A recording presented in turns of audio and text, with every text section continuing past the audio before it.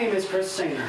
For more than 2 years, I have been shooting footage, doing research, collecting data, and basically documenting the whole process of the Lake Mimi-Saugamiesing Fish Hatchery program. This includes gathering previously shot footage by a number of people from over the years. There are also literally hundreds of photographs that have been put into a collection. This collection is kept at the pond and can be viewed any time or during any of the pond's functions the group holds every year. What you're about to watch is my interpretation of everything I've learned over the years and tried to document. I hope you enjoy. Thank you.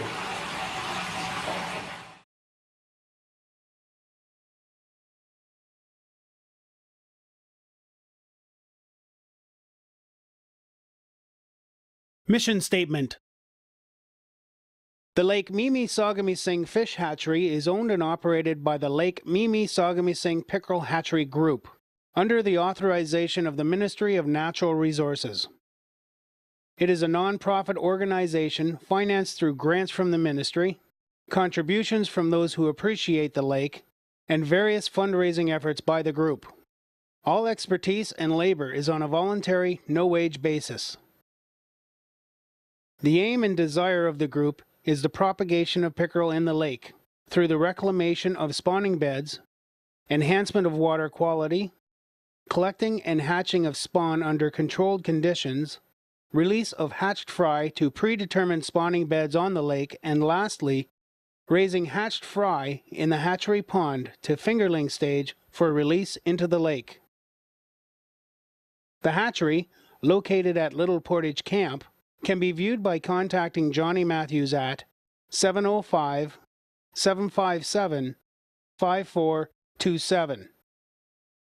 In order to continue the Pickerel Enhancement Program, financial assistance is appreciated. Please help support this very worthwhile program. Sincerely, the management staff. Okay, ladies and gentlemen, it is now 1 o'clock. We start the countdown for the Derby, starting at 10 to 0. When I say 0, everybody casts their line in. 10, 9, 8, 7, 6, 5, 4, 3, 2, 1, 0. Go! Every year, the Catfish Derby is held at the Pickerel Pond as one of the fundraising highlights sponsored by the hatchery. Many people who return each year enjoy this annual event. This would include local residents, cottagers of the lake, as well as many tourists that specifically book their vacation so it coincides with this event. Over the years, I thought about documenting the Catfish Derby and everything that's related to it. Walking around the day of the Derby, I wondered how many people know the true reason the Catfish Derby is put on every year. I'm sure they know that it's a fundraising event for the pickerel program, but do they really know what kind of effort is put into it and how many people actually volunteer their time for the lake? I asked several people why they were there. I got a lot of different answers, such as for the food, socializing with friends, the $100 catfish, and of course the most popular answer with the kids, win prizes! With my purple monkey, which I won! Woohoo! So what exactly is the fundraiser for? Where does the money go? And why do we need the fundraiser? That's the big question. Why?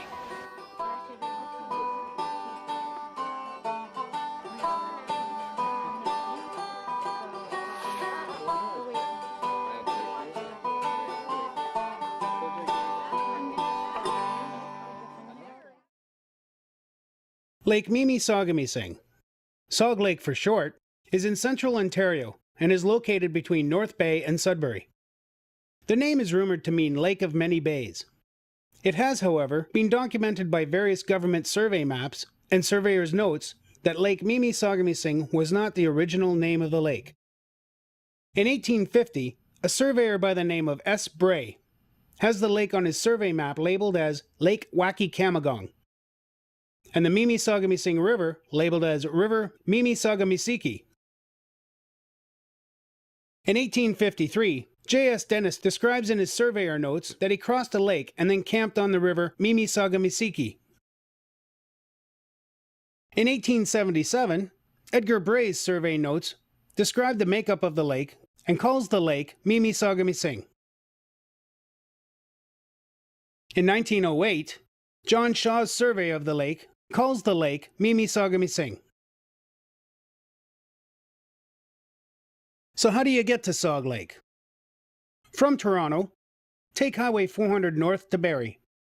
Just north of Barrie, the 400 turns into Highway 11. Follow Highway 11 north towards North Bay, to the Trout Creek Cutoff, where you will take the 522 west. When you get to Loring, you will come to a stop sign, which is known as the Four Corners. Instead of following the 522 to the left, take the road straight through the stop sign. This is a gravel road known as the North Road that will lead you right to Saug Lake. Saug Lake has a distinctive look and has a north and south side connected by what is called the Narrows or the Channel. The northern shore of the lake is Dokeese Indian Reserve. The west, south, and east, along with the islands, are a combination of private and crown land. It's a small lake with about 120 cottagers and year-round residences. The lake has several tourist camps, for which the location is perfect for vacationers. When the lake was settled, there was plenty of fish for many years. These fish included, and still include, large and smallmouth bass, northern pike, lake trout, catfish, whitefish, and walleye, otherwise known as pickerel. The pickerel is pursued in Ontario as both a sport fish and a commercial fish. Surveys show that pickerel is first in importance for anglers and second in anglers' observed catches. In plain English, pickerel is the #1 fish anglers go for and second in overall fish caught.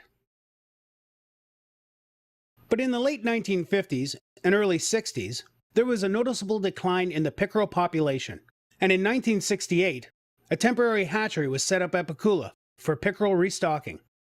The equipment used was crude, but had some success for the rehabilitation of pickerel in the lake. But if the question was, why are we still doing what we're doing, and why did we start? The question was, in the late 60s, or in 1959, prior to even my dad's demise, it was obvious that the pickerel fishing was in jeopardy. We were just like, it was not there anymore. So, and that's when Paul Tippino, myself, and actually Foster Boyce was involved in that too. And it was with ministry permission that Paul and I put together a makeshift. It was made out of plywood with the bell jars that Paul acquired from the ministry. And it was set up over on his dock over at Pickerel, right out in the open sunlight. And he hooked up a water heater to heat the water up, and we brought them to the eye up stage, and we actually just took them out on the lake, and it was with a flour sifter. We would just pick them up, and we would broadcast them out on the stones around the perimeter with no special areas in mind, because we didn't know what special areas other than just rocky areas. So, and that went on for about 3 years. Billy was just, we had pictures of Billy. He was only, I don't know, 4 years old, 5 years old. And we had pictures of him on the dock when we were processing the fish. It was working because we were catching fish, but the reason we stopped, there was absolutely no, first of all, moral support. That's before the subdivisions were on the lake, and there was no people there, and there was no money available. And it cost Paul and myself a little bit of money to get this thing started. But anyways, we lost our enthusiasm, I guess you might say, and so we discontinued. After discontinuing this short program, the following year showed a good rise in the pickerel population, and then returned to a steady decline. By 1982, the pickerel population depleted to almost nil. That same year, a man named Alan Pope, who was the Minister of Natural Resources at the time, opened the doors for private participation for hatcheries in Ontario. So in 1982, when Alan Pope, this man called Alan Pope, became Minister of Natural Resources, I think he was a Northern Ontario boy, because he sure had the love of the country at heart. He established a a program called the Community Fisheries Involvement Program. It was called CFIP for short. And this meant that any interested groups in the fisheries division of Northern Ontario that wanted to not only start a hatchery, but fishery habilitation, spawning beds, covered the whole range of fisheries involvement. And this meant that we had to volunteer our labor, but the government would sponsor material costs. For example, some of the jars that we bought for the hatchery were sponsored. Some were given to us prior to that. After a period of time, they sponsored probably 75 or 50 to 75% of all the rock rubble that we use for spawning rehab. We would apply for a grant. First of all, we'd apply for a grant for, say, and I don't remember the figures, 2 or 3 truckloads of stone, and they would pay half of that, and our hatchery would pay the other half. And this was all made by donations. They didn't pay for our building, but they paid for nets and material used. They would pay a certain percentage of the gas. But this was all through the CFIP program. And if I was to go back in the books, the amount of money, people keep saying, what does the government do with all the fishing license money? And I says, well, you know what? Really, we have really gotten our lion's share of the fishing license money on Lake Mississauga, because they have given us a lot of money over the years to do what had to get done, and the money's still available, but due to the fact that we're almost self-supporting, and we are self-supporting with all the fundraisers we have, that we don't participate in the CFIP grants anymore, but they are still available for ongoing programs. If indeed we wanted to make another spawning bed, I'm sure that the ministry would be more than willing to help sponsor that. That's when Johnny Matthews heard of a hatchery started by Hartley Moore. After the 1982 opening of the doors by this Alan Pope, Hartley Moore was very involved and got involved, and he started the first hatchery in the Argyle community programs. He's also a tourist operator out of Port Loring. So he put together a group of volunteers to the same program as I am talking about now, and opened up a hatchery at his place down on Lake Wilson, Minnehaha Camp. And we set up in his boathouse. It was crude, just like everything else. Johnny asked if he could incubate some eggs at Hartley's hatchery on behalf of Saug Lake. He did this for 2 years with moderate success. We caught our fish up here on Saug, and I don't remember, it was a jugful, but I probably only 1 jarful. I don't really remember how many it was, but I do remember at our first attempt at fertilizing the eggs, and then me taking them out to Hartley, so proud of us taking out this big jug full of eggs, but most of them are white. I said, Hartley, what's with all these white eggs? He said, well, tell you the truth, Johnny, they're all dead.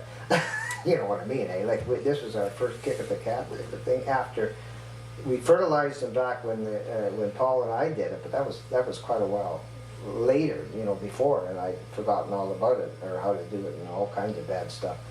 So anyways, we did get a lot of fry out of those jars, or out of that tub of eggs. So that was the first year. The second year we did the same thing, and we learned as we went along. For heaven's sakes, you always learn. You've got to make mistakes to learn. This program by Hartley Moore motivated Little Portage camp owner Johnny Matthews to start a new private hatchery program of his own in hopes to attract more tourists and fishermen to the lake and the businesses. In 1984, they applied for and received a license from the Ministry of Natural Resources to harvest 1 million eggs. Johnny used a 2-man fish shack as a hatchery, with 2 jars running into 1 container, with all the fry coming out into that 1 container. When they hatched unexpectedly, it was about 480,000 fry into 1 trough, which ended up plugging the screens. Because Johnny was out in North Bay at the time, Dave Weber was left to deal with the emergency. This was the start of a lot of trial and error that eventually evolved to what it is now, a very successful program.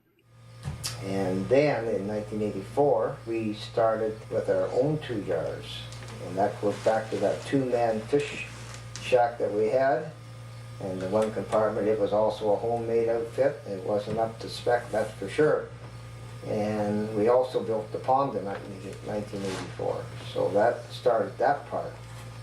From the 2-man fish shack, we then got some scaffolding for the next year. We moved into the boathouse at the camp, and we had the scaffolding, and by that time our jars, or our pictures of are in the album there, where we had the scaffolding set up and the big header box up on top, and we incubated in the boathouse for a couple of years, 3 years, and then that's when we built the new hatchery building on the south side of the lake, and that's when it really got sophisticated. We still had the wooden containers at the back, and we still had the wooden header on top, and we still had the 2 glass jars, but then we started buying plexiglass jars, and we ended up with 6 jars finally.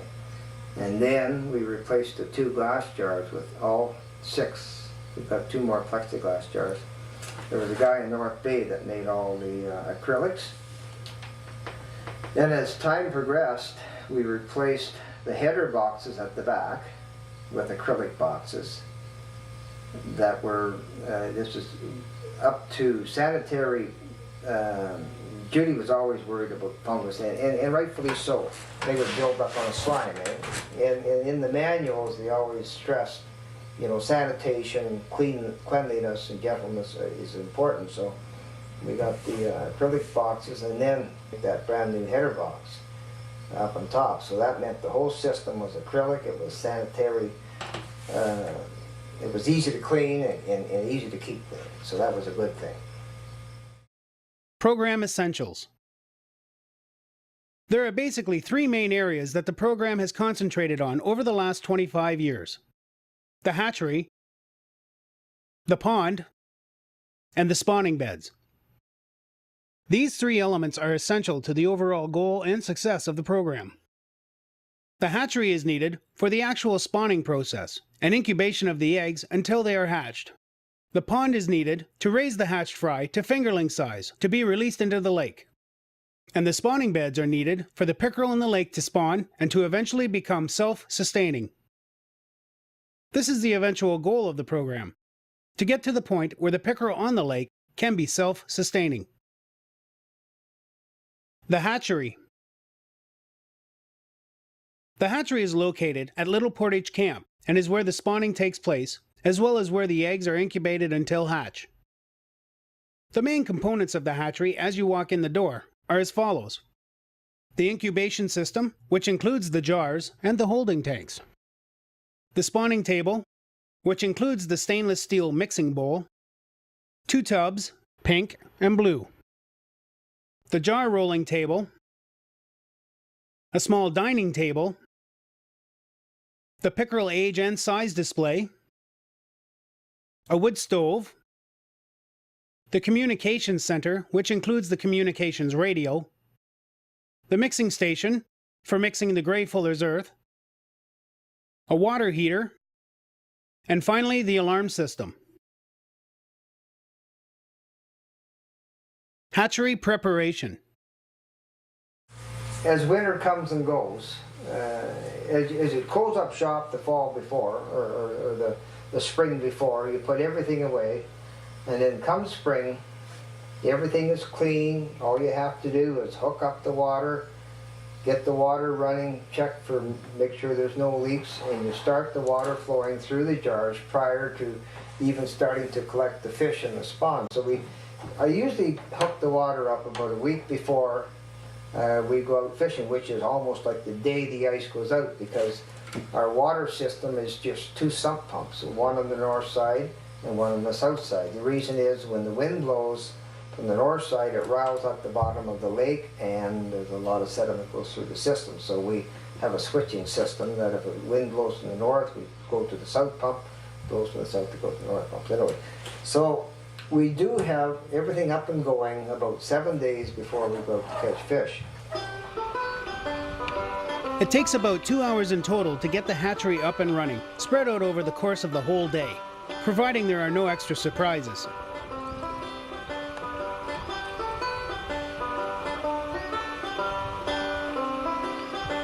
First, you have to get the lines in the water. Then the filters have to be cleaned.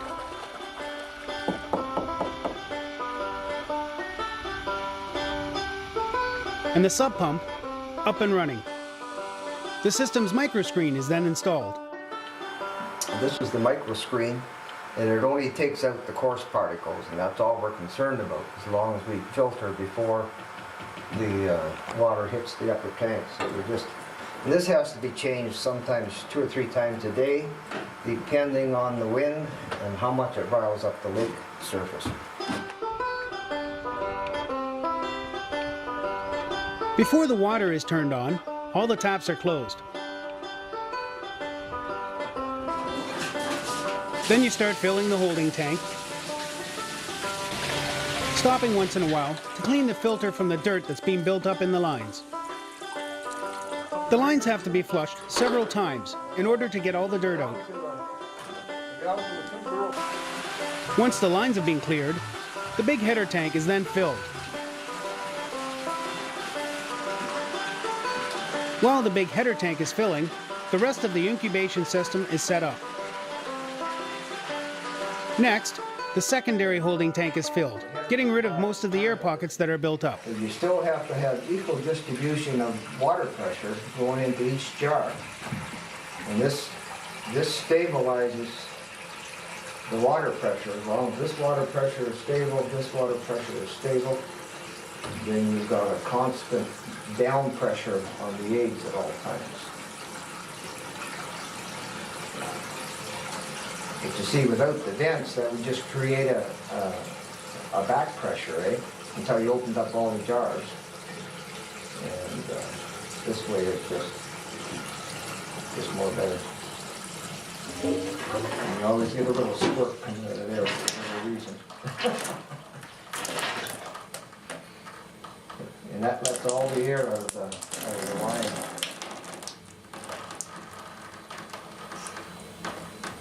Okay, so now that is full.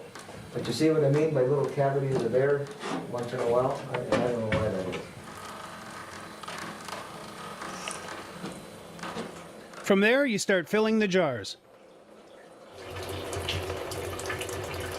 The excess water from the jars are drained into the back holding tank.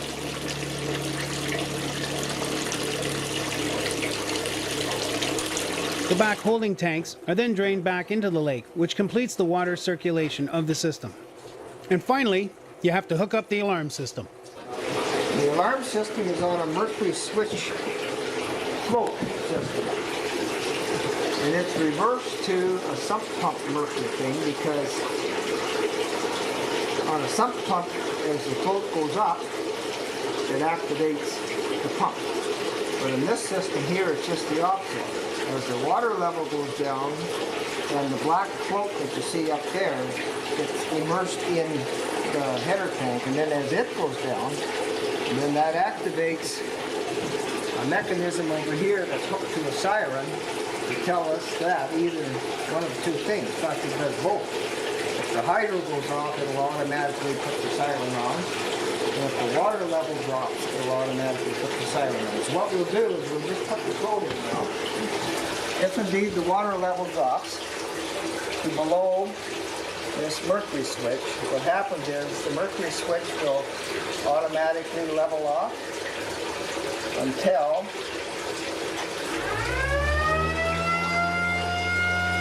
and that tells us that the water level has dropped below the accepted level. So that's there. So we know that's working. If, for example, the hydro goes off, I'm gonna shut the hydro off just by unplugging the hydro. So we know two things are happening. If the water level goes down, the hydro goes up. That's our siren system. It's all activated by your 12-volt battery. So you have to make sure for 21 days that we always have a well-charged battery on the alarm system. Normally, spawning begins shortly after the ice breaks up in a lake, at temperatures of 7 degrees to 9 degrees Celsius, but has been known to occur over a range from 6 degrees to 11 degrees Celsius.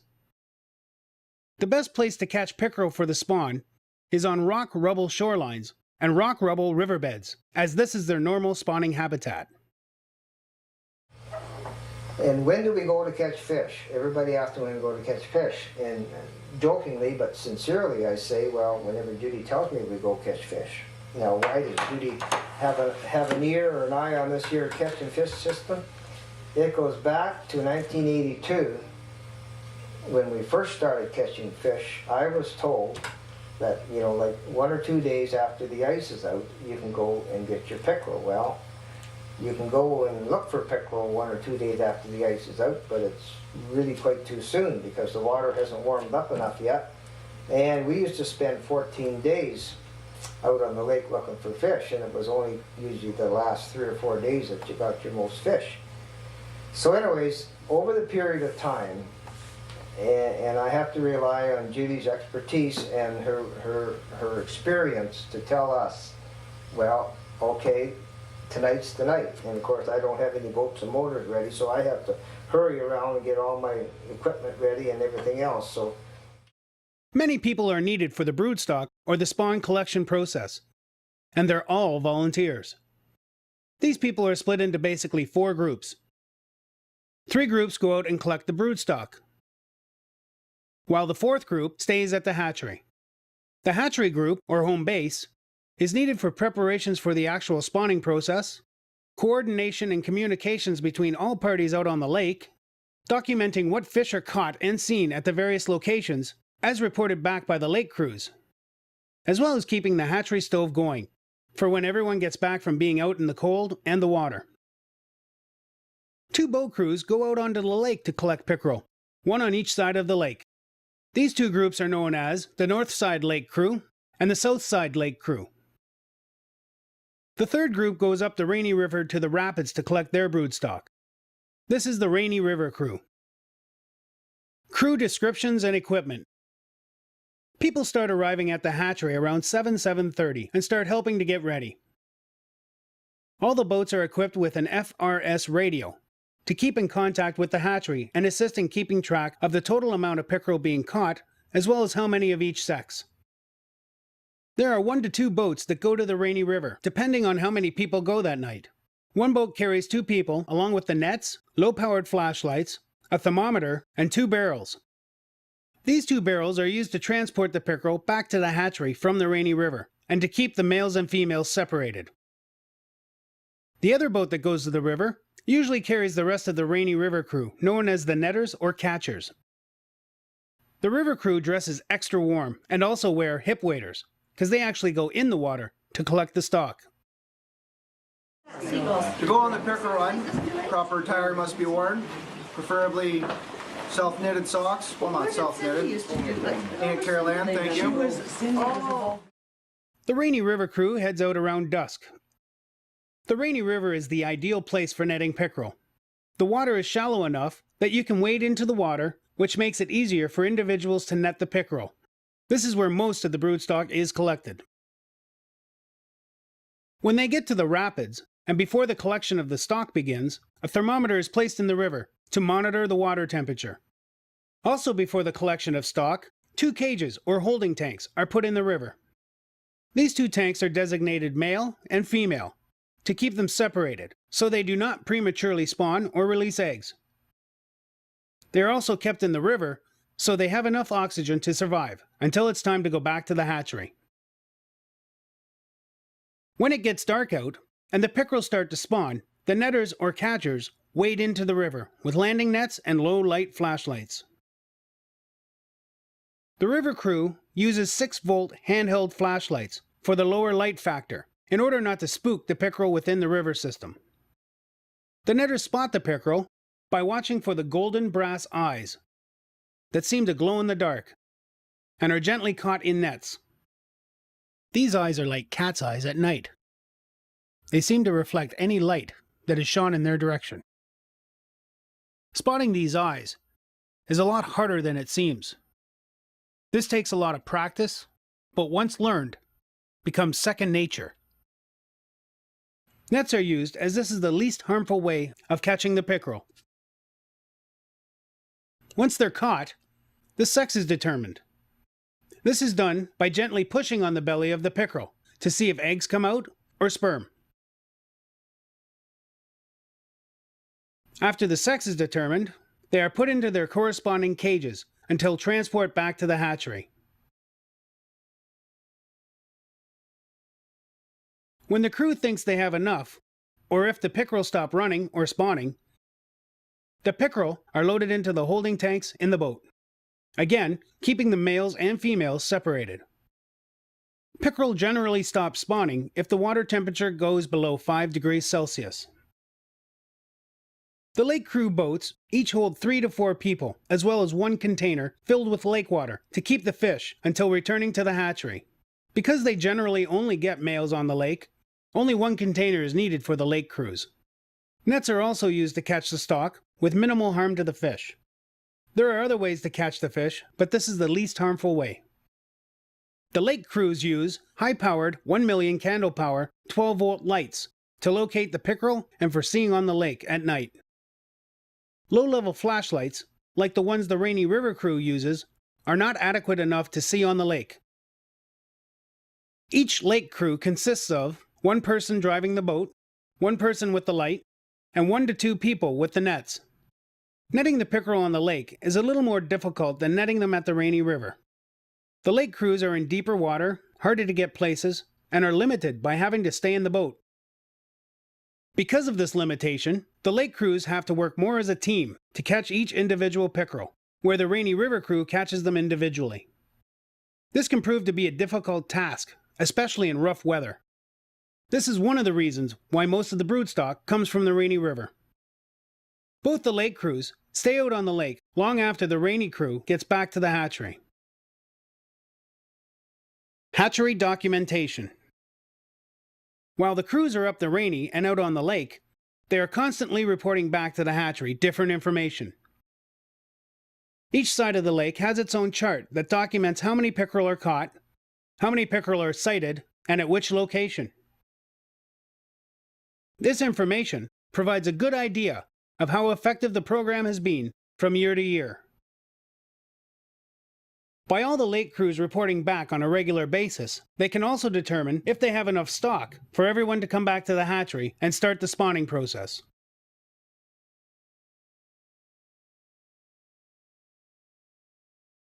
When the crews get back to the hatchery, the fish are separated into 2 holding tanks that are placed in the lake just outside of the hatchery. Again, the males and females are kept separate. There are also 2 tubs in the hatchery to hold the pickerel for the spawning or milting process. Extra barrels are brought in to hold the extra males, as it takes more than twice the amount of males for the spawning process. The average amount of pickerel needed for the spawn is approximately 8 females and 32 to 40 males, depending on the size. The best size of male for spawning is from 3 to 10 pounds, and the average size of female for spawning are 5 to 12 pounds. Most years now, the hatchery personnel are lucky enough to acquire enough broodstock to fill their license for 1 million eggs in one night. The Sog Lake program also captures the ripe stock and spawns them in the same night they are caught.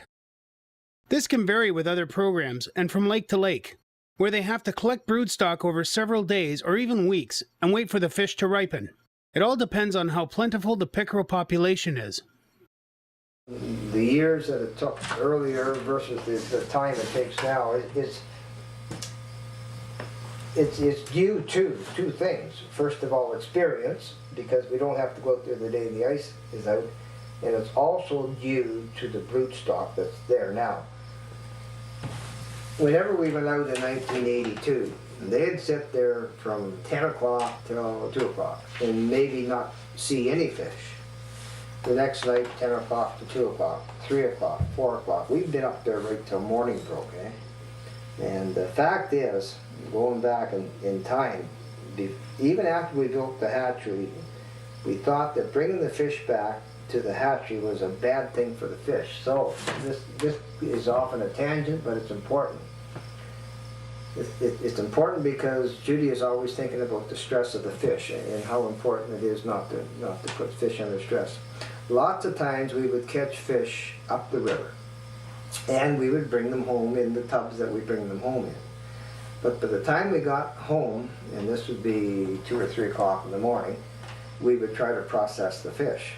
And all of a sudden, like, even though they were given eggs at the river, by the time we got home, they wouldn't give up eggs, and they tensed up.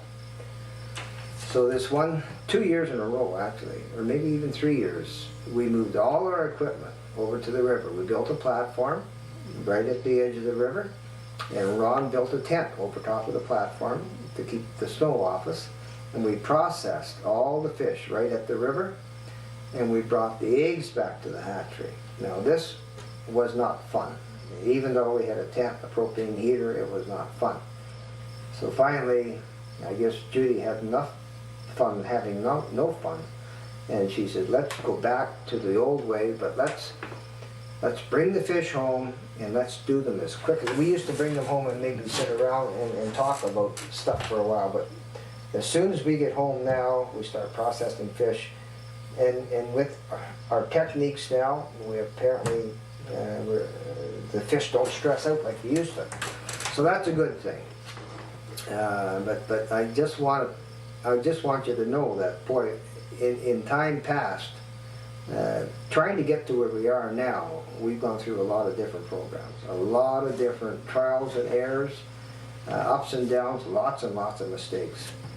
And we've lost a lot of eggs through errors, but it was a learning. Every time you do something wrong, if you don't learn from that one, then you're a complete idiot. So we've learned a lot, and we're not the smartest people in the world, but we've sure come a long ways in our percentage of survival, both on the incubation part of it and whatever.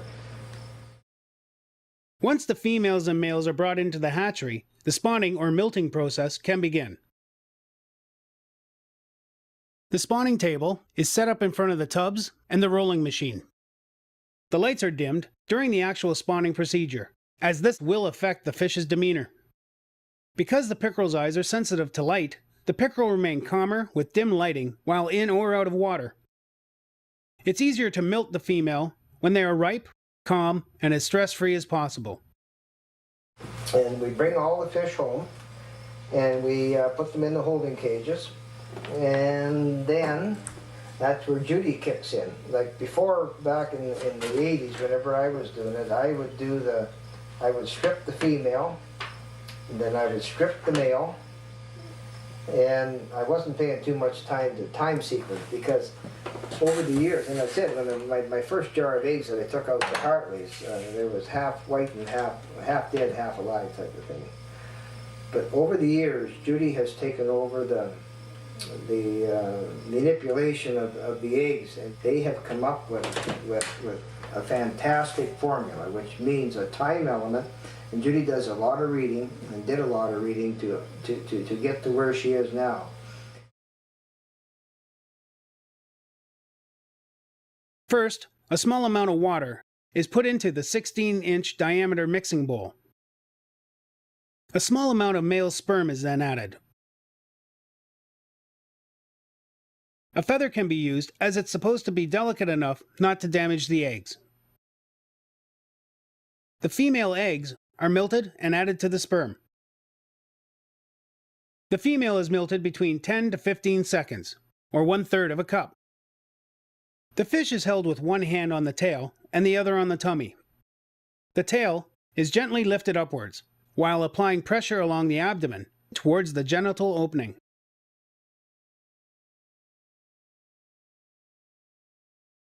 Then, the male's sperm is added. At least 2 different males are used with each batch to ensure fertilization and avoid bad genetics.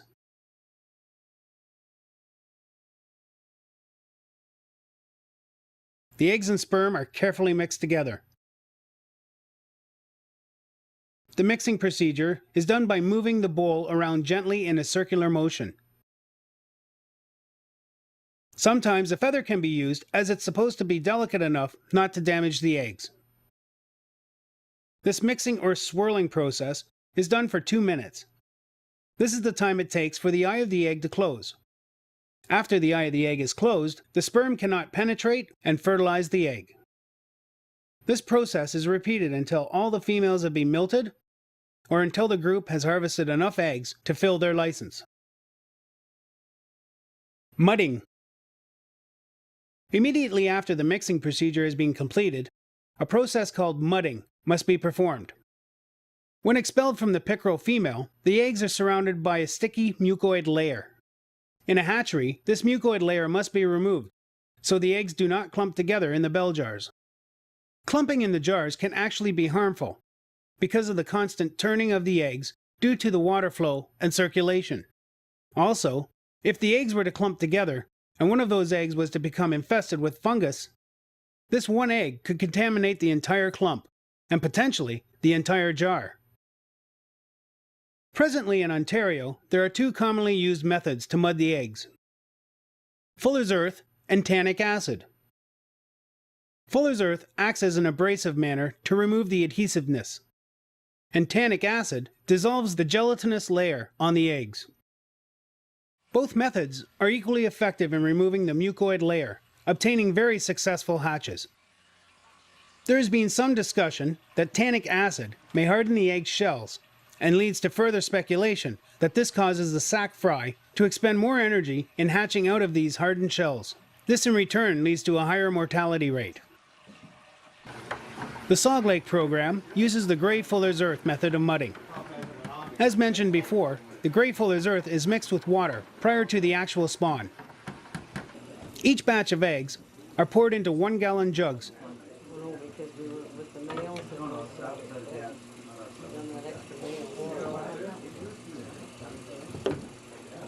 and topped up with the Grey Fuller's Earth mixture. The lid is then put on the jug and placed on the rollers for 20 minutes. This removes the stickiness from the eggs so they don't clump together during hardening. The jars are numbered and all times are recorded on a chart. This ensures all jugs are done the same. The charts record the jar number, start time, and end time. Prior to having the rolling machine, volunteers were needed to roll the jugs on their laps for 20 minutes apiece. We used to sit 10 people around the room. Telling stories for 20 minutes per jar. The jars would be, your knees would be soaking wet come morning. Eh? Like we're here at 3, 4 o'clock in the morning doing, doing all these jars. Quite a while. I'll show you some documents there. But anyways, Ron Toms come up with the idea, Marlene's husband, that we should get a conveyor belt. So my friend Steve Hall, who works for the beer company, he says, we have electric conveyors all over the place. So he come up with this little conveyor. From there, the eggs are gently put into floating mesh baskets, known as the egg baskets. These baskets are in the tubs, which are filled and maintained by circulating water from the lake. This process is done to harden the eggs. The eggs are left in there for 4 to 6 hours to harden. The eggs naturally harden, so they do not get damaged from other elements. Both time and exposure hardens the eggs. They also harden faster in higher water temperatures.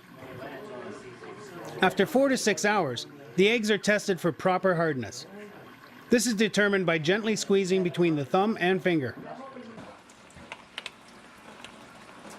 When the eggs are determined to be hard enough, they are carefully transferred into the incubation system, more specifically, the bell jars.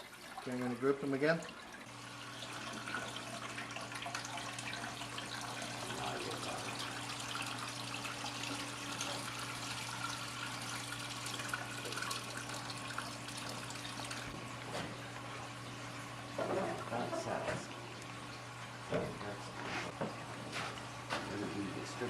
them eggs again.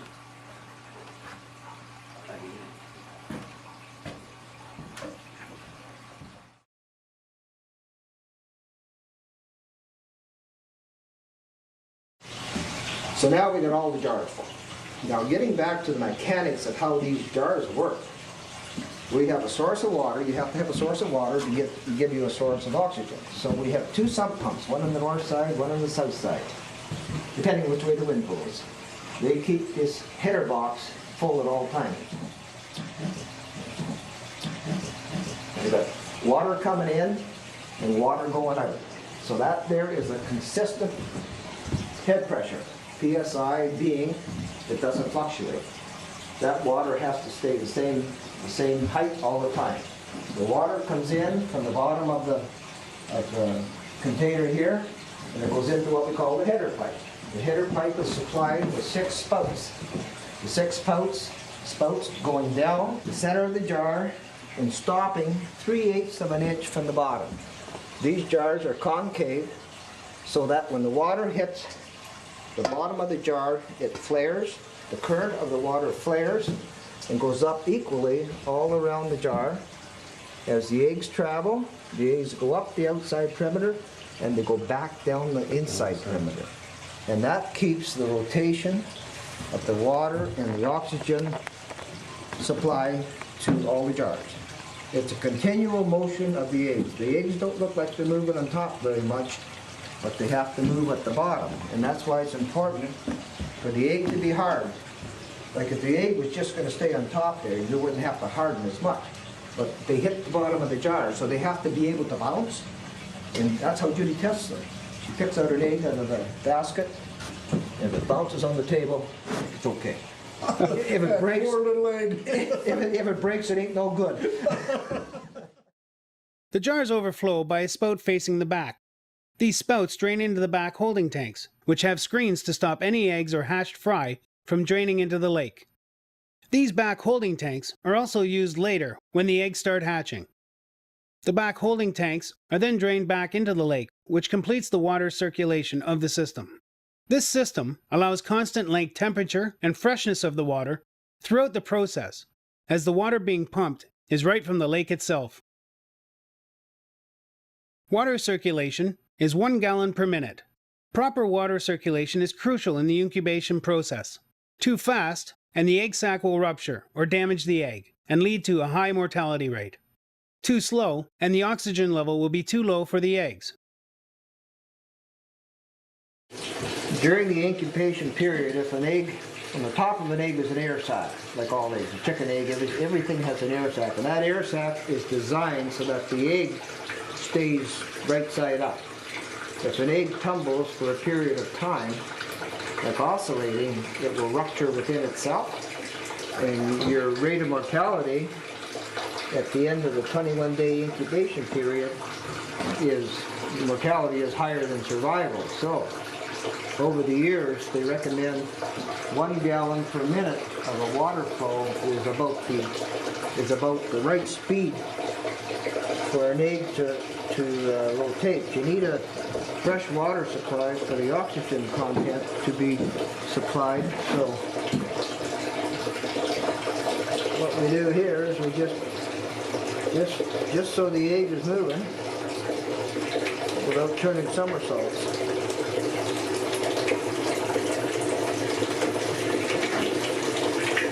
For any period of time. It doesn't hurt to roll them for a minute or two, but a lot of the hatcheries, they've got them boiling too hard to drop. When we started, we did too. Monitoring incubation period. Well before the eggs hatch, monitoring is needed to watch temperature fluctuations and to remove dead eggs from the jars. With temperature fluctuations, it's important to make sure the temperature does not get too high. This will cause the eggs to hatch too early. When young walleye hatch too early, it can cause high mortality. This is due to the lower jaw not being fully developed and making it impossible for the larval fish to begin exogenous feeding. Exogenous is referring to the fish eating food from outside of the body, whereas endogenous feeding would refer to the fish feeding from the yolk sac. With a bell jar system, the constant turning of the eggs by the water divides the good live eggs from the dead ones. The dead eggs become lighter and turn a white color. Being lighter, they end up on top of the eggs. In this position, they can be siphoned carefully from the top and discarded. Incandescent lighting is utilized within the hatchery, as fluorescent lighting can damage the eggs. The hatching. It takes approximately 21 days for the eggs to hatch into fry. The eggs can be induced to hatch early by gradually increasing the water temperature of their environment within the hatchery. This can be done by simply adding warm water to the jars. When the eggs start hatching, the fry overflow into the back holding tank. They are confined to the back overflow tank by a fine microscreen. When the fry are ready for release, the flow of the water jar is turned off. The bottom drainage valve is then opened, and the back holding tank is drained 2/3 out to the lake. The microscreen keeps the fry from draining out into the lake while draining the tank. The valve leading out to the lake is then closed, and the microscreen is then removed. The inside drainage valve is then opened, and the fry are drained into 5-gallon pails to be released.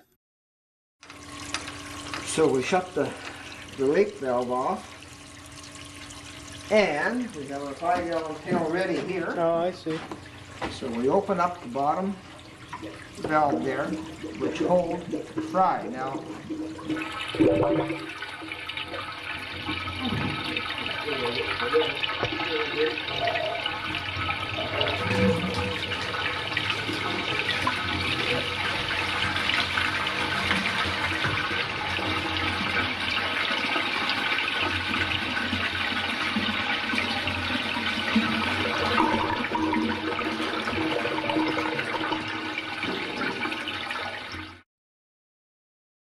Release of eggs and fry to the lake. Prior to 1992, all the eggs were hatched and released into the lake and the pond. see, I put the fry, not necessarily I put the fry on the spawning beds. I just off to the side of the spawning beds, if you can find a shallow, preferably reedy bay. That's where the zooplankton is more prolific than out on the barren rock. So I take most of my fry to areas where I think the zooplankton is flourishing. In 1992, the decision was made to not only release the fry into the lake, but eggs at the eyed-up stage as well. There is some speculation that fish have a homing sense. The fish use this homing sense when finding their location to spawn. Some believe that if the eggs are hatched in jars, they do not acquire this homing sense, and therefore find it hard to find an appropriate place to spawn. This is just speculation, however, as there is no scientific proof to verify this theory. There was, however, a noticeable rise in the population in the years following the release of unhatched eggs into the lake. It has also been documented on several occasions that transplanted fish have found their way back to the place of origin. We are at Pickerel Island, and some of our larger females from the lake side come from this area here. There's a rock bed runs off the point here, real nice rock rubble, and I'm going to put the rest of this pail of fry here. Now this year we're putting all the fry, the whole million fry that were hatched in the hatchery, putting them all on the north side this year, because last year we put all the fry and the fingerlings out of the pond on the south side. And being that this is almost two separate lakes with the channel connecting it, it's better to stock one side one year and one side the other year, and let nature stock the sides that we're not helping. Now, this was recommended by the ministry, and we're just following their orders. Here I'm putting some more eyed-out eggs on the rock bed here. They'll be hatched in a couple of hours. The water's still pretty warm next to shore here, and they'll be hatched before the sun goes down. The reason for doing this is probably genetically, the eyed-up eggs hatching on the rock rubble have a higher drawing attraction whenever they grow up to be big ones. This is only a theory. Nobody really knows for sure. I'm going to save the rest of those eyed-up eggs and the rest of the fry for Anderson's Point, which is just across the way there. Release of eggs to the Rainy. Eggs at the eyed-up stage are also distributed to the Rainy River spawning beds. This is done with a little more care than when released into the lake. A funnel is used to carefully place the eggs down between the rock rubble on the river's bottom, so that the eggs are protected from the elements and possible predators, which leads to a better survival rate. There is also speculation that by placing the eggs there prior to hatching, a homing sense can be developed. You see, underneath that limestone is at least 16 inches of stone, and the egg has to have at least 8 inches away from the sunshine. So all the eggs that are laid by the fish have to percolate down through the first 8 inches of stone. The first 8 inches of stone, if the egg sticks to the first 8 inches and the sunshine hits it, it won't incubate.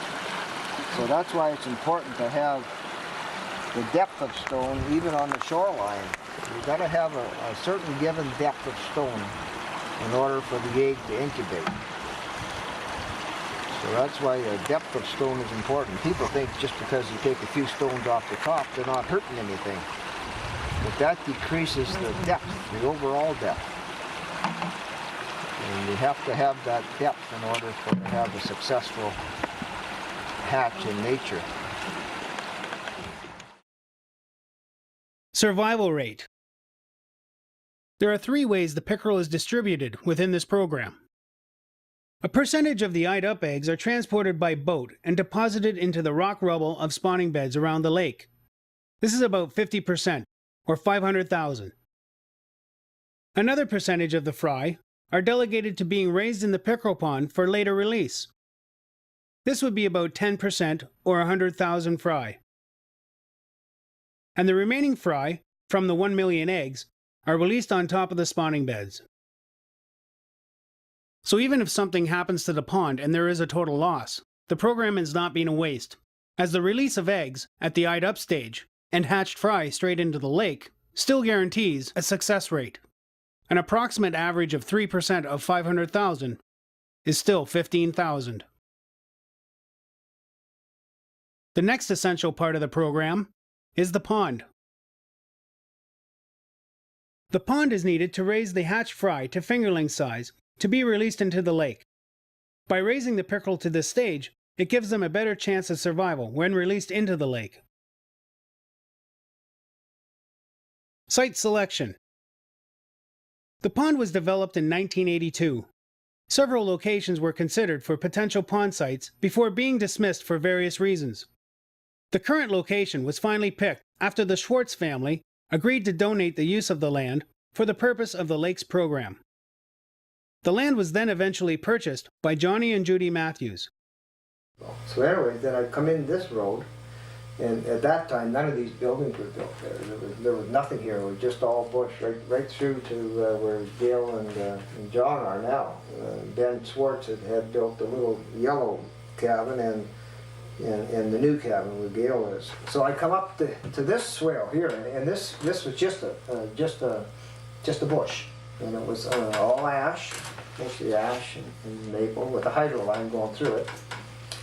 Then I got looking at that, so I went and asked Carol and Jimmy. I don't know whether they were both there at the time or not, but I asked them what are the chances of borrowing one of your lots to put a pond in, and they said, and I remember their comment, they said, well, you know, things aren't selling very fast around here, so I don't suppose it's going to take any hurt. So they give me permission to develop it, and so we did. Construction of the pond. A grant from the Ministry of Natural Resources and donation money assisted in the construction of the pond. The land was cleared by volunteers, all in one weekend. The pond was designed to allow drainage right into the lake with a long standpipe. This is so fry that slip by while draining the pond go straight into the lake. After I finally got permission got permission to build a pond on Sog, close to Sog, I found this ash swale. I looked at it and I thought, well, looking from the road down through the tree, and all you need for a pickerel pond is about 6 to 8 feet of water. And I thought, well, that looks like a 6-foot dam will do just fine here. So we started cutting, and I had a crew started, and I think we did it on a weekend. I don't know for sure, but a couple of days. So they started from the lake up, and we started from the road down. So anyways, as time went by, we got it all cleared off. We had Doc come in, and he stumped it, and he got rid of all the stumps, and we bulldozed it flat. We used rakes and shovels, bonfires. Yeah, the very first tree I cut, and I guess that's a favorite story. The very first tree I cut, I told you that the hydro cut we actually didn't start it, we started the hydro cut, and we were trying to fall away from the hydro cut. The first tree I fell, of course, right across the line, and shorted out the switch, and knocked the hydro out for the entire lake. But anyways, getting back to my story. Once the stumps were out, then we had to start building the dam.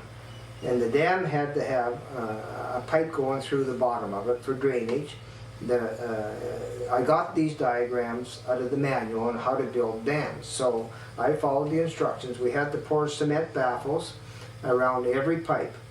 So we made an 8 feet by 4 feet high baffle into the T part. Now that T part now has since been suspended because after 24 years the galvanized pipe has rusted out.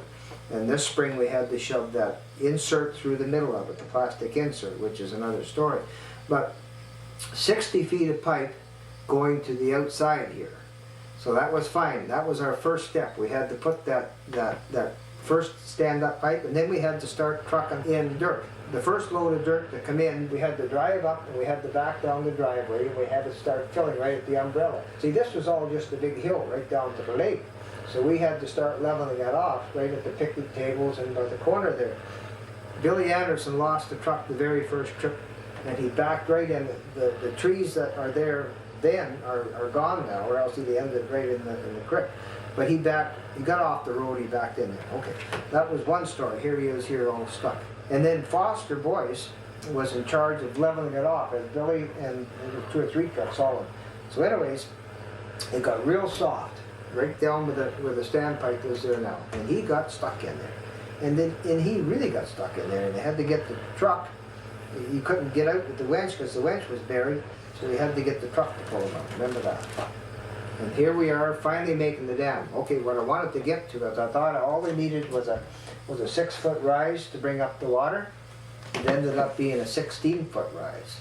Instead of to cut the short story, instead of a $4,000 pickerel pond, it ended up being a $16,000 pickerel pond.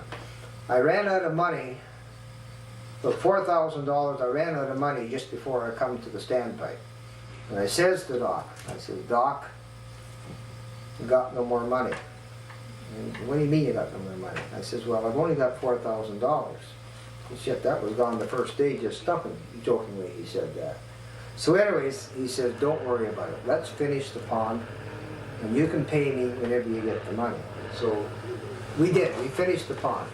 We did everything that had to get done. We did the rest of the culvert. And that's where that black standpipe has to go up now. So we put the black standpipe up and got it all painted, and there it is there, painted there, and everything's working. And then, but $16,000 was starting to bother me, and I want to finish that story before I start this story, because $16,000 had to get paid somehow.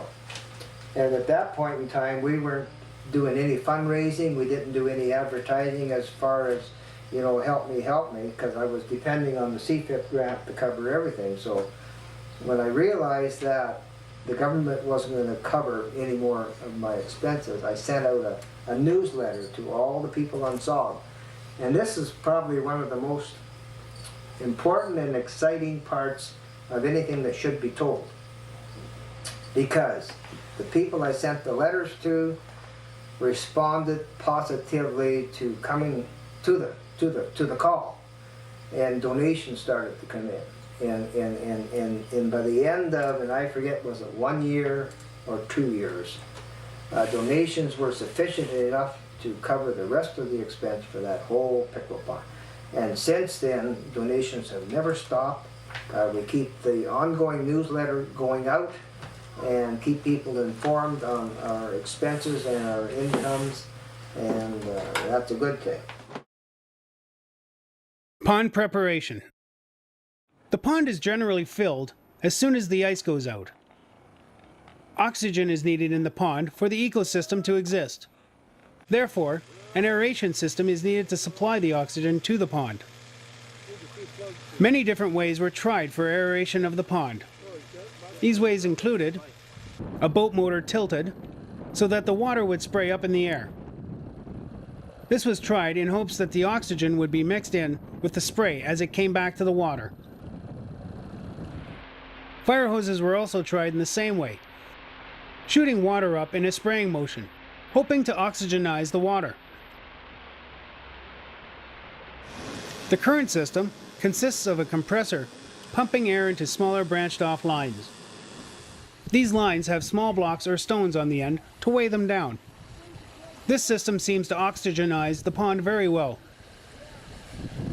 These were the original ones. They were getting wore out and plugged up. But we have to clean them every year. But every 36 inches, I think it is, you put a drop line every 36 inches. That's what you see the bubbles out there. So that drops down 36 inches all the way across for 275 times. And the air is introduced to the main pipes there, and it comes from down in the building there. We have an air pump that runs 24 hours a day, and it's steadily pumping air into the pond. And this here maintains our oxygen level. Now, the reason that the oxygen level drops from 12 parts per million to 7 parts per million is as I feed the soybean, that enhances the zooplankton population. The soybean, in order to deteriorate and do what soybean does when it rots or ferments, it needs oxygen. So therefore, you're robbing the water of its oxygen in order to produce zooplankton. The system is set up with the help of volunteers. These long lines are strung along the side of the pond. And all those stone lines have to be attached one by one.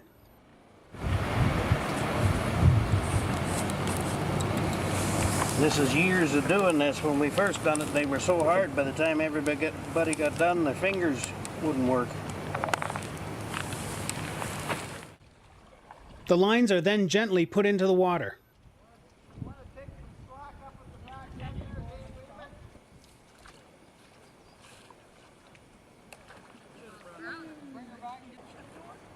And are attached to the pump. There are other more modern methods of aeration being considered for future use. Now, as I said earlier, I started feeding the pond approximately 23 days ago, the same day, May the 29th. In order to get the pond ready, it takes about 2 weeks for this here special home brew. It's just soybean meal mixed with water and a little bit of yeast in it to start the fermentation.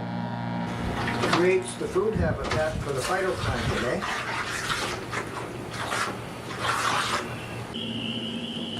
Too bad that camera didn't have a smell detector. Usually I just go 2 scoops, and then that's a done deal. And we go back and we wash the wheelbarrow out. We do this once a week. We usually do it on a Thursday or a Friday. Microscopic plants, called phytoplankton, use light from the sun to convert the soy into food. Zooplankton then eat the phytoplankton. Lastly, the pickerel fry then eat the zooplankton. This, in a very general sense, is the pond's ecosystem and how the pickerel are fed. And in the meantime, I'll tell you what I've done. Starting the day that we caught the fish to get ready for the spawn, I come out here and I started feeding the pond. The pond had already been filled.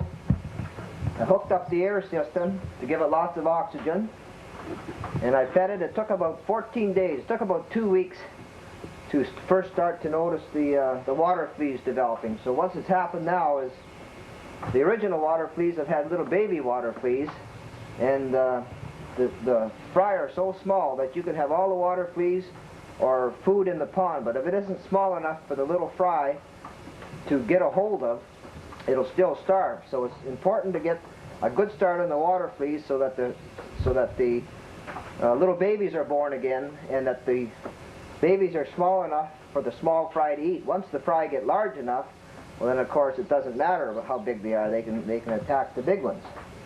So the pond has been ready for about 7 days, and everything is just 100%. The oxygen level is up to about 6.5, and I just shut the air off now this morning until we get the fry in, then we'll start the air up again. The air will run steady all summer long for 52 days until we take the fry out.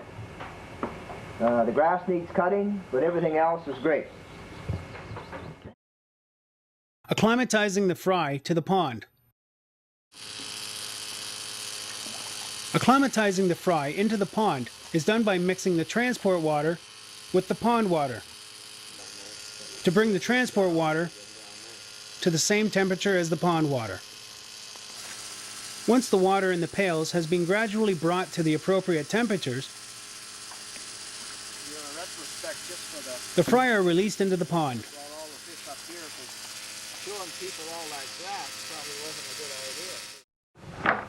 So here we are at the fish pond. I took the temperature of the water at the hatchery, and it was 15 degrees Celsius. And I just took the temperature here at the pond, and it was 21 degrees.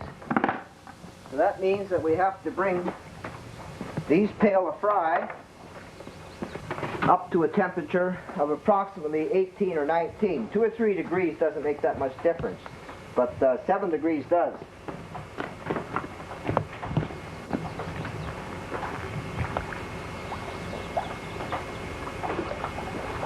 So what I'll do is I'll pour in some pond water into the 5-gallon pails here.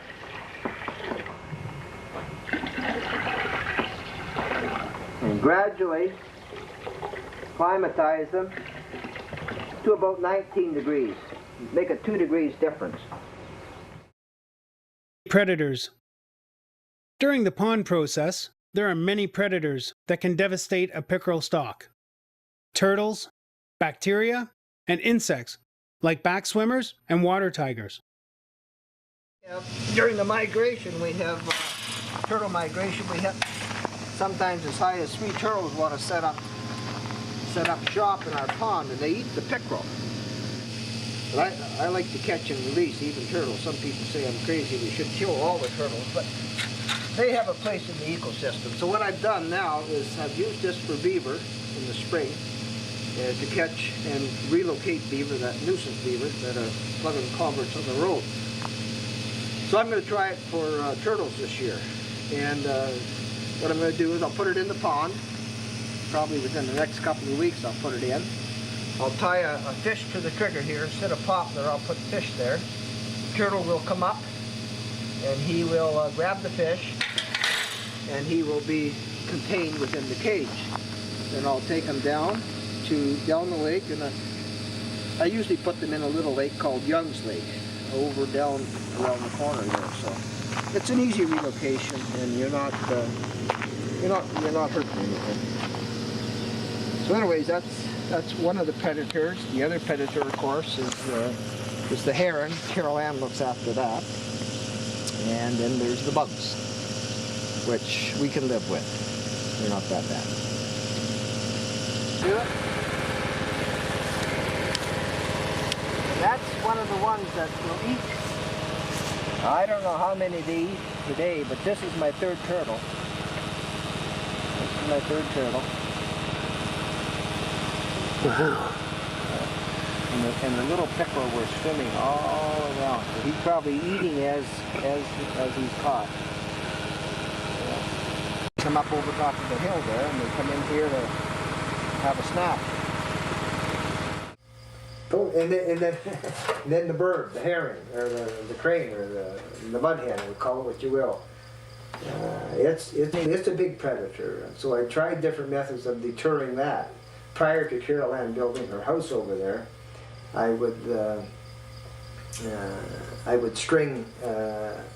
They told me if you put a rope around the pond, that the crane would not. First of all, they're not supposed to be land in the water. Well, that's a fallacy. They will land in the water. But if you put a string around the pond, they won't step over the string. So if the water is there and the bird lies there or lands there, he's not supposed to step over the string. But he either went over it or under it or something and landed in the water, but he'd still come. And then once Carol Ann moved in, of course, she took the broom to him every morning and night. So Carol Ann was our bird deterrer.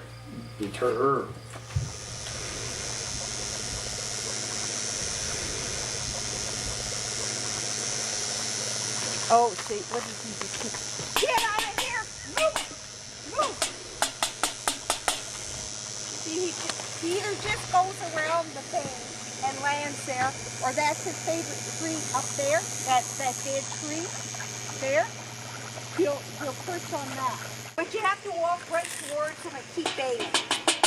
Because screaming now doesn't work. He's used to my voice. Draining the pond.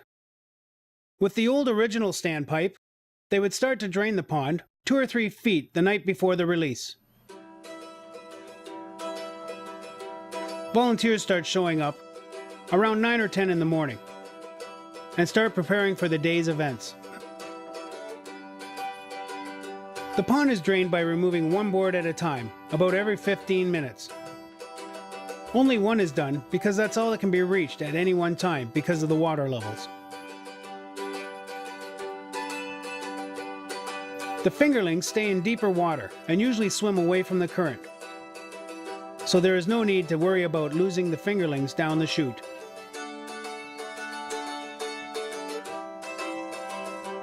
The fingerlings are collected by drag nets. While the water level is still high, the nets are dragged by canoe.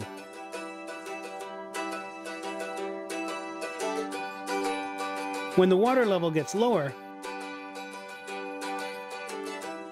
they can wade into the water and drag the nets that way.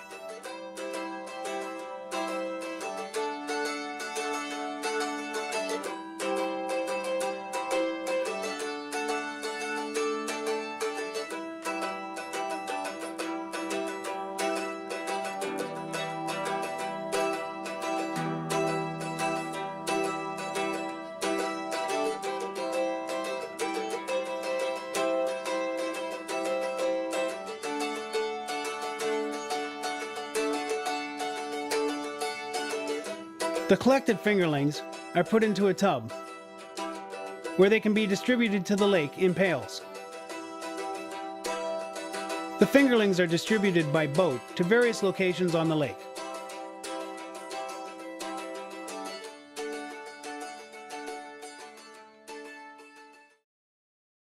Release Day fundraiser.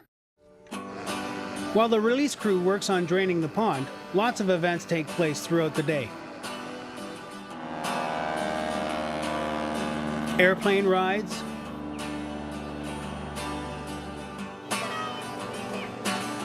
kids games and lots of prizes,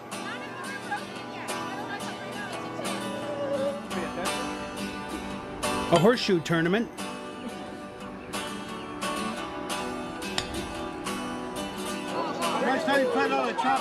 minnow races,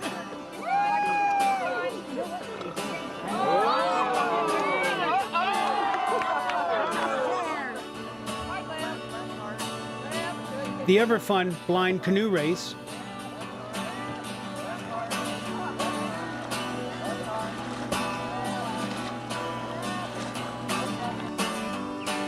draws,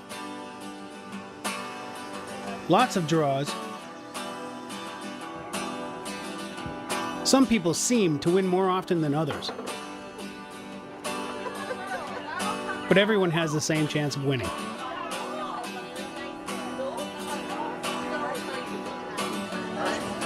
And lots of great food. Is that what you want? None of this would be possible without all the volunteers that donate their precious time.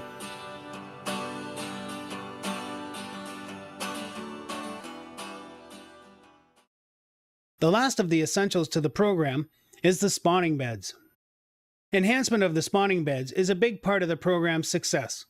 These spawning beds ensure a self-sustaining population. This is one phase of the pickerel spawning reclamation project at the Rainy River. It involves putting 150 ton of limestone in the river to reestablish the spawning bed with a grant from the Department of Natural Resources or the Ministry of Natural Resources, plus $3,000 from the Sagamihara Pickerel Group. All the work is being done. The people you see out here are working voluntarily. And the stone is being trucked in on a lumber road, left up on the hill and being hauled down here with a rather large loader. Starting with the pickerel pond rehabilitation program, as far as introducing new rock on the shorelines of Saug, where traditionally the pickerel have always spawned, but over the many years of men coming here, we have disrupted that particular spawning bed by, first of all, removing some of the rock rubble to build cribs and retaining walls and what have you, without realizing we were doing damage. So over the years, in the million years, lots of things have happened, like sediment, silt, and algae growth and everything else. So in order to reestablish a better atmosphere for the fish to spawn in, you have to have at least 16 inches of rock rubble, because the eggs, as they're being spawned, have to, first of all, they got to get out of the sunlight. So as the egg is being spawned or laid, the eggs filter down, and you got these 4 to 5 inch rock rubble, and they have to get, first of all, out of the sunlight and away from rock bass and sunfish and minnows, because they'll eat the little eggs. So it's important to have a good overburden of rock rubble. And this is why in the wintertime it really does a good job, because we dump the rock in piles on top of the ice, then we get a backhoe and we level it all off on top of the ice, and in that way we know we got 16 to 20 inches of a depth. And of course when the spring comes, the ice melts and all this rock goes down nice and even. It's amazing. That's the theory. In the wintertime, it's always the best time. Now, we've tried summertime distribution of rock. We've taken rocks over by boat and just throwed them out. A whole bunch of people in boats throwed them off.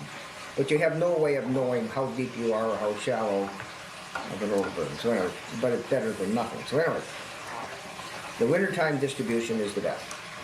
Our first project, I don't necessarily know if it's the first or not, but the first major project by ice in the wintertime was in front of the camp, in front of our camp here on the north side of the camp. It took 3 years to do it.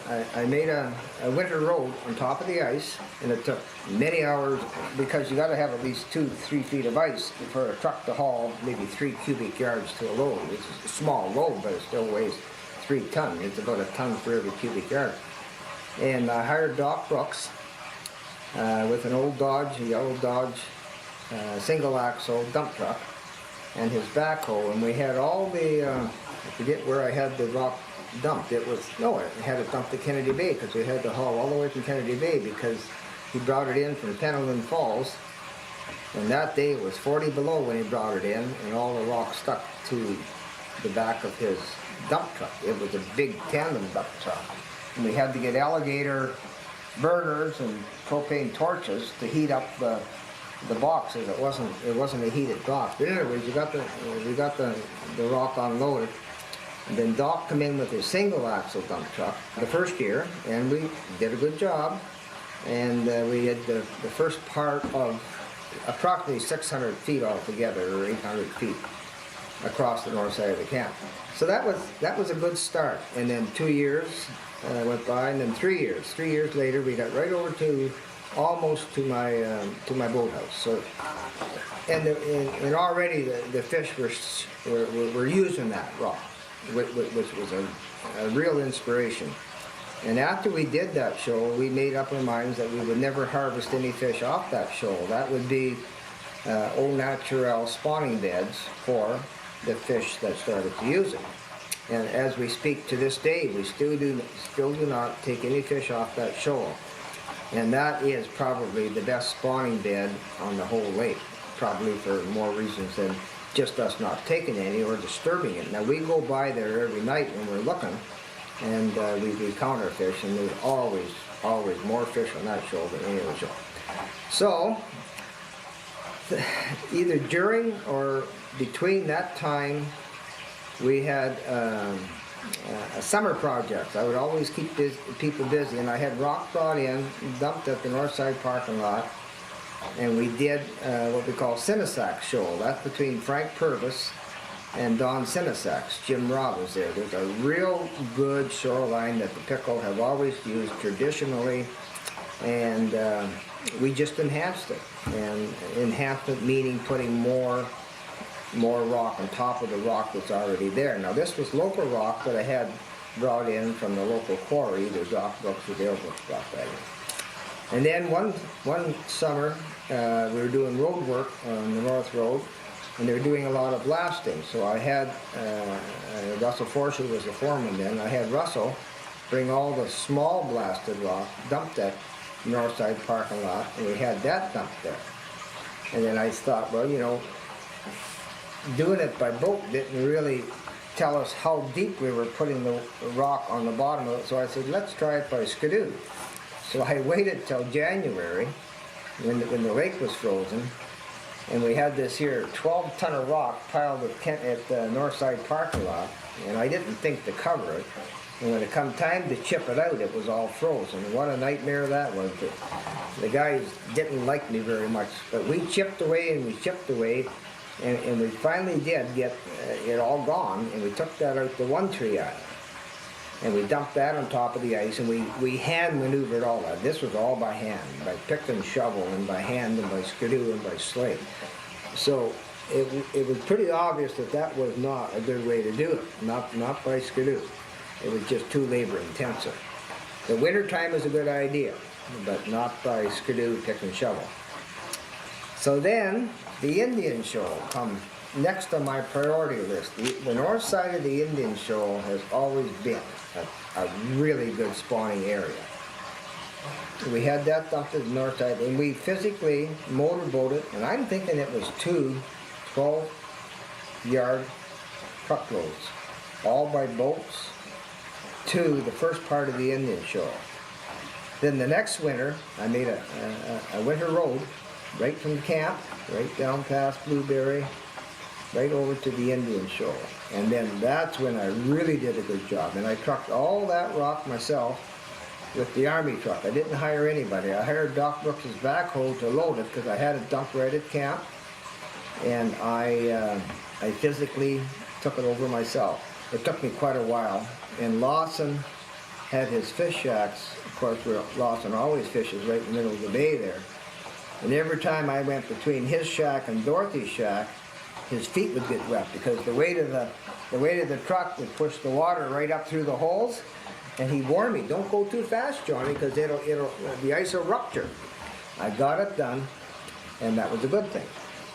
Then, after the Indian Shoal, I still wanted to do Blueberry Island and Pickerel Island. So I went to the ministry and I asked if they could assist me financially to buy some more rock rubble to make more spawning beds. And at that point in time, they'd already been up to speed because you got to make a permit. You have to have permission to do all this work. You got to do a lot of paperwork. So they said, well, don't you think you have enough spawning beds yet? And I said, no, I don't think I do. Well, they said, if you amalgamate, because this here, Steve Belfry, he's pretty heavy for trout, and he wanted us to get involved in trout spawning. So I said, and he asked me, like, where the trout spawn? I said, well, they spawn off the end of Blueberry Island, the same place as pickerel do, except they spawn in deeper water. And I said, they spawn off the end of Pickerel Island, but they spawn in deeper water. He said, okay, I'll give you a whole bunch of money if you go from 0 to 10 feet instead of 0 to 4 feet, but it takes twice as much rock. So that was fine. I said, I can do that. So he gave us the money, and I forget the figures. I don't know how much money he gave us, a whole bunch of money. And then we put some money in too, other than local hatchery, bought a whole bunch of rock. And I'm saying a whole bunch of rock. If we flip the page over and we go over to the south side, I remember the Bakula boys and all of us working together. I had a bunch of rock dumped at Kennedy Bay, a whole bunch of rock. And we had, at that time, the Bakula had a barge, and we had boats, barges, I don't remember what kind of boats we had. But we started doing Nellie's Island. That was the first major spawning bed on the south side. We did Nellie's Island, and I'm pretty sure it was the same summer that we went across to the point of Bakula Island. And right out in front of their flagpole there, it's a terrific spawning area there between Nellie's and Bakula. We did that all by boat, and that was with local rock. And then it was a couple years later, or a year or two later, that we had another big push to do what we call the Imison shoreline and Kelsey shoreline over to the sand beach. We hired a man that had a real big barge with a bobcat, and he would load, we went to Kennedy Bay, and we loaded the big barge with the bobcat, and he left enough room on the barge so that the bobcat traveled with the barge from Kennedy Bay to Imison's and to Kelsey's. And when we arrived on shore, I had a crew of people for 5 days. We had over 30 people every day, because the barge had to be parked parallel with the shore, and there were big throw-out ropes. First of all, he put the bobcat on the lake side of the barge, and that would bring the pontoon boats as close to shore as he could get. He could get within about 8 feet, 7 feet, and then as he started to unload, the people on shore would pull the barge in closer. That was a good thing. And so we did Imison Shoal and the Kelsey Shoal now are our best shoals on the south side. I don't think we still don't see as many fish on those two shoals as we see on the north side of the camp, but there was always more fish on the north side of the camp than there ever was there. Then, and I don't remember the years, but it was either in between the big barge and Kelsey's and Imison's that we spent a lot of money and time in the middle of the winter rehabilitating the Rainy River spawning bed, which is our standby spawning bed. As we all know, without the Rainy River spawning crew and fish, our million eggs would take a lot longer than 1 day to harvest. So anyway, over a period of time, we call it prime spawning habitat, had been diminished to a minimum.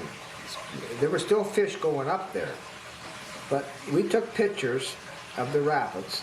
You can take your boat right up to the bottom of the rapids. And years gone by, I've watched the fish go up. There was 3 main channels. Within the channel system, there was rocks and boulders, and there was a kind of little island in the middle. And the fish would go up one side, up the middle, and up close to where we walked. So what I had Tony Brooks do is he brought down his backhoe. Don Sinisek took some pictures of it. But we excavated, and we virtually cleaned, it would be 150 feet of riverbed out. I don't think the Ministry of Environment will allow us to do that now, but back in those days it was okay.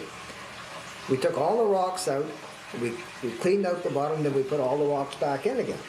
We were still on this limestone kick because it was recommended that our pH level was not correct, and that limestone would help correct the pH level.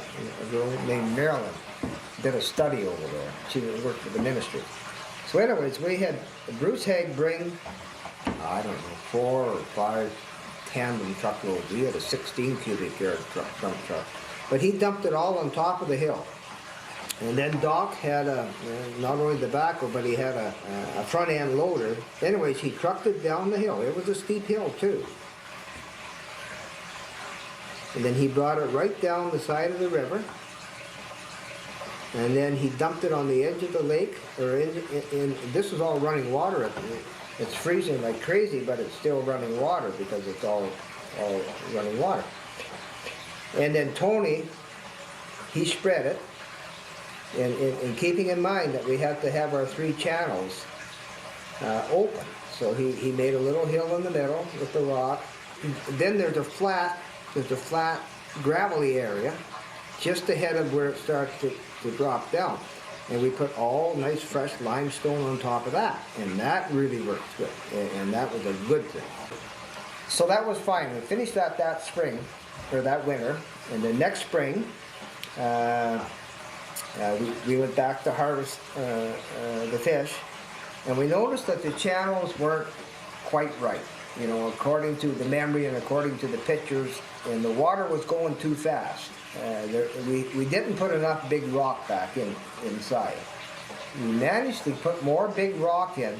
We had a crew of about 35, 40 people. We all went up there. We had a chain gang. We had 35 people all in a row. This guy would pick it up, and 35 people later, I reestablished the channels. I mean, it was labor intensive. It was a lot of fun. But yeah, it was a lot of fun. We all got together and we did what had to get done. But that just didn't get there by itself. We had to get her done. And we did her. But it was a winter project, but it ended up like everything else. Sometimes you have to readjust because it's not quite right the first time. And that's what we did. We readjusted that rapids so that now, in 1982, when Judy and Jackie used to go over there, they would sit all night and maybe see 1 fish, maybe 2 fish. And they'd be there 14 nights to get enough fish just to fill. I think we only had 4 jars then. And fish were hard to catch, both on the lake and at the river. Now they can go over, and in 2 hours they can catch. Well, last year they got 11 females. This year they got 8 females within 2 hours and 20 males, and it's all over with. I mean, the brood stock has increased so much better. The best thing we've ever done was to spend our time and our money on rehabilitating the existing spawning beds. You got to have both together. You got to have good habitat, spawning habitat, and you got to have brood stock. So, having said that, I think we've got exactly what we started out to do in 1982. And this is 2007. This is 25 years later. Maintaining the spawning beds. Even though the spawning beds have been done, it's important to keep them maintained. It's not just the responsibility of the program, but everyone on the lake and everyone who also uses the lake. By disturbing the rock shoreline in any way, like taking rock for shorelines or dock cribs, you are actually destroying the habitat for the spawning pickerel. The difference in water level between March and August can be a couple feet. Rocks that are dry and out of the water in August are actually submerged in April and can be perfect for spawning beds. And all of us, we all took rock off that shoreline because it was easy to get. In the latter part of July and the first part of August, the water would always drop 18, 20 inches. And here's all these beautiful stones just there for the picking. So we would go by boat, and everybody would go, and pick up these stones that are just above the water line. But in the spring, when the pickerel are spawning, the stones that we were taking away were the spawning bed. The pickerel like to get as tight to shore as they can. Their back fin will be sticking out of the water that high. And we had, over the years, since 1924, when the first people started coming to the lake, we started removing, unaware of what we were doing, we started removing their prime spawning habitat. So anyway, through hatchery funding and our own local initiative, we advertised the fact that to everybody, don't take any rock off the shoreline.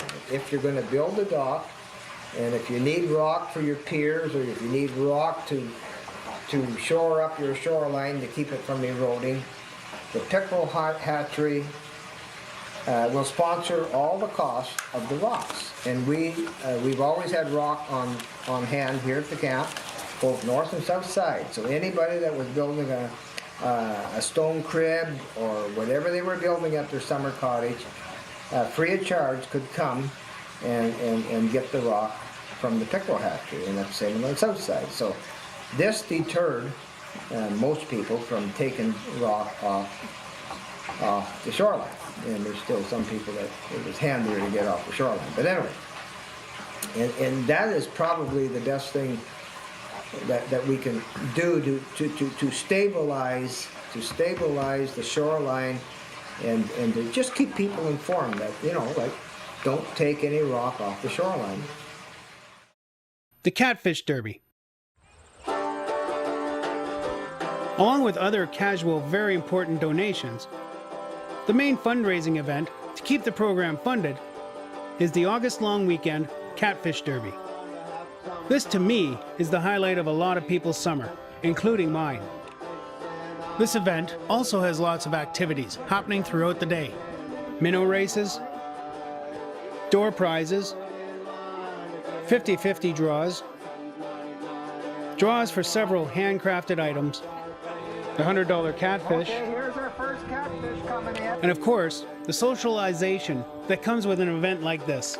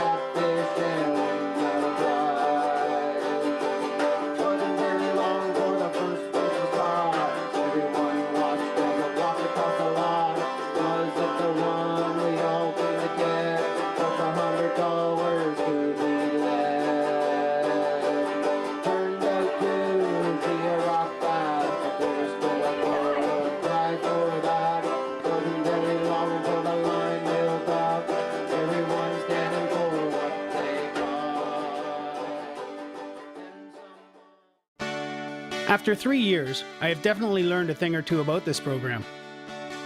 When the hatchery group started the program, the eventual goal was to make the pickerel population self-sustaining.